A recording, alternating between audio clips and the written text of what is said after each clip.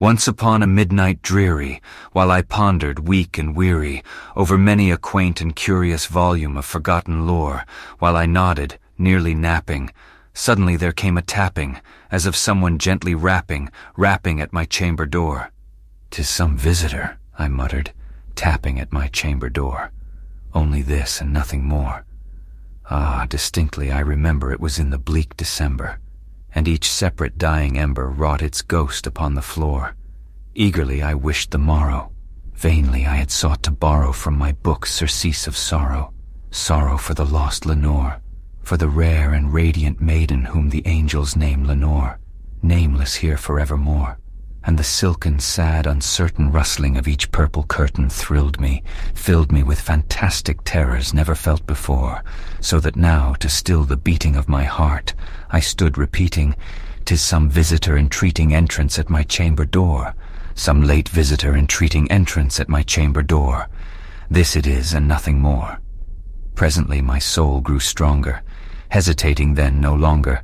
"Sir," said I, "or madam, truly your forgiveness I implore, but the fact is I was napping, and so gently you came rapping, and so faintly you came tapping at my chamber door, that I scarce was sure I heard you. Here I opened wide the door, darkness there and nothing more. Deep into that darkness peering, long I stood there wondering, fearing, doubting, dreaming dreams no mortal ever dared to dream before. But the silence was unbroken, and the stillness gave no token, and the only word there spoken was the whispered word, 'Lenore.' This I whispered, and an echo murmured back the word, 'Lenore.' Merely this and nothing more. Back into the chamber turning, all my soul within me burning, soon again I heard a tapping somewhat louder than before.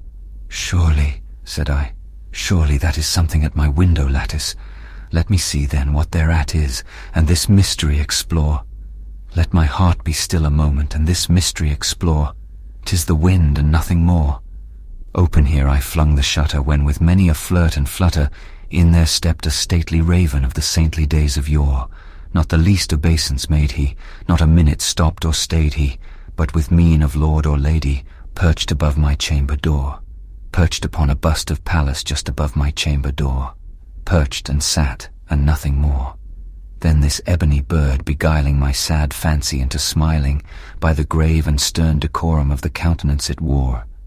"Though thy crest be shorn and shaven, thou," I said, "art sure no craven, ghastly grim and ancient raven wandering from the nightly shore. Tell me what thy lordly name is on the night's Plutonian shore." Quoth the raven, "Nevermore."